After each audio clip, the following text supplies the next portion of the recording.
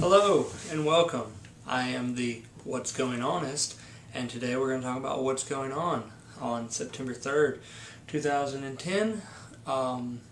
This is the first portion, obviously, of this hopefully successful, maybe not, little web show, whatever you want to call it. And we're going to discuss things that arise in everyday conversation, and facts, not so facts, about those things. And so here we go. We're going to kick it off with myths about immigration.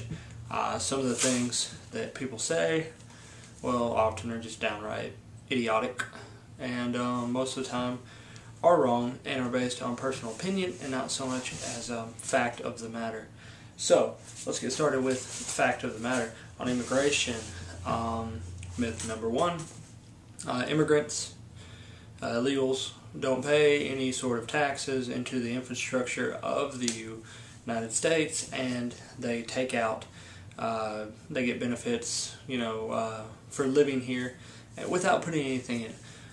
In a nutshell, that's what a lot of people argue, and well, in basic terms, you're wrong.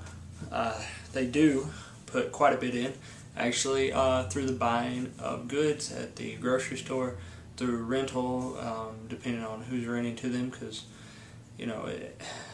through purchasing gas to drive their vehicle, because they have to, or to purchase gas to power whatever equipment they might happen to be using, if they're in the lawn industry. That's a horrible stereotype, but the fact of the matter is that there's quite a great number of them who do that because it's hard work, and well, most people don't want to do it. So as far as numbers go, they actually pay in about $162 billion in taxes. Billion, put the emphasis on the B, billion, not million. $162 billion in annual taxes come from immigrants. So there's that.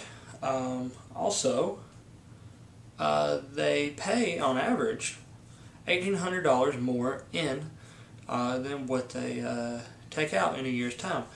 So they're actually not sucking the system dry. They're taking out what they're putting in, which is, as far as I can tell, what most Americans can agree upon. If you pay into something, then you deserve to get your share of it. Another myth that has to do with immigration: we don't deport anybody. The United States doesn't deport anyone whatsoever. Problem with that is it's also wrong. We deport about 350,000 people every year. Since 1999, we've deported 2.2 million people. So yes, we do deport people, but a lot of people will say, oh, well, what's the actual, how many people are coming in as opposed to how many people are getting deported? That's a rough number, because you can only do an estimation in that sense. And so I will say that yes, we don't know how many are coming in, but we are deporting a great deal, which debunks the facts that we don't, deport anybody, which is what some people will have us believe. So that's that. Also, if you picked up the paper today, you probably noticed a little story in there about a explosion in another oil rig. Luckily, they are all okay. 13 workers. The problem I see with this is that since there's been around 800 explosions and fires in the Gulf since 2001, along with 55 deaths. Why is this happening, first of all, and what's being done about it? For some reason, these people's deaths are being placed as an underimportance to the well-being of America, to our thriving need and desire to gather oil, because we have such a large number of the waste, and we use up so much. We are a very tiny portion of the world's population, yet we suck up, a good quarter of its energy through our actions, and that I'm guilty of it. We all are. I don't know anyone who can say that they don't use more than they should. That they don't. I like to go and drive. That's a fault. I drive too much. I enjoy driving. But that's part of what we've developed here as a society, is that we have to we have to have these things. We have to consume, and obviously I like to consume. I like to be a consumer, or I wouldn't be sitting here in front of this little camera recording a video for you to watch on your little computer, and we wouldn't communicate in this way.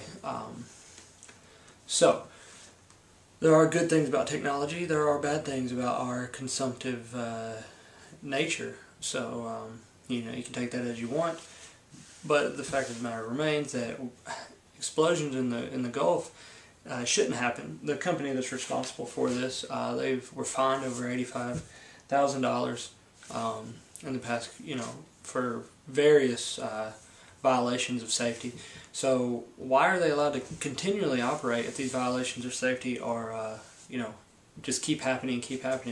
Say I run a restaurant, if they come into me and they say, you have 6 safety violations, depending on the severity of those, I will be completely shut down and will not be able to open my doors until I fix those problems and get up to par. That's why we have regulations in place. But these oil companies, they get these slaps on the wrist of these types of regulations, and that's just not that's not okay. So until something's done about that, we're going to continue to see these types of regulations being skirted around, and we're going to continue to see this type of degradation of an area such as what's happened in the Gulf. Moving on, we'll talk briefly about the situation in Iraq.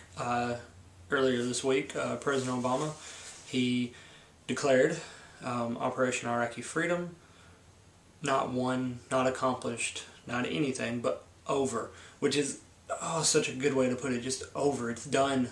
Bringing home 100,000 troops, bringing home equipment and everything that was over there, shutting down the bases, doing all of those good things, leaving realistically a 50,000 troop base in Iraq to train and to make this transition a smooth transition. Obviously, you just can't uproot right away and boom, you disappear and you're gone, because that would take away any type of structure, the small amount of structure that is in Iraq. And so what we got is our troops staying there with the Iraqis and helping them adjust to our absence. Great thing. In Afghanistan, we've taken a new approach to how we although we are out of Iraq, we are still putting more efforts into Afghanistan. It's hard for me to argue against that because I don't know the complete logistics of everything.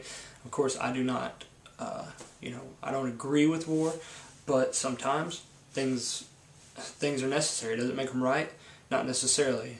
Does it, make them justifiable? Not necessarily, but you can't, the majority of American people agree with it, so that's how we do things. So this is What's Going On, September 3rd edition. Hopefully I'll get a little bit better at this and we can continue this at another date, hopefully next week. And if that is all, and you guys can leave your comments and tell me what you think. And if you agree or disagree with what I say, do it in a admirable fashion and an adult way. I just don't feel like discussing anything really with children who want to mock and call names and just be hateful. So you guys have a good day, and this is What's Going On.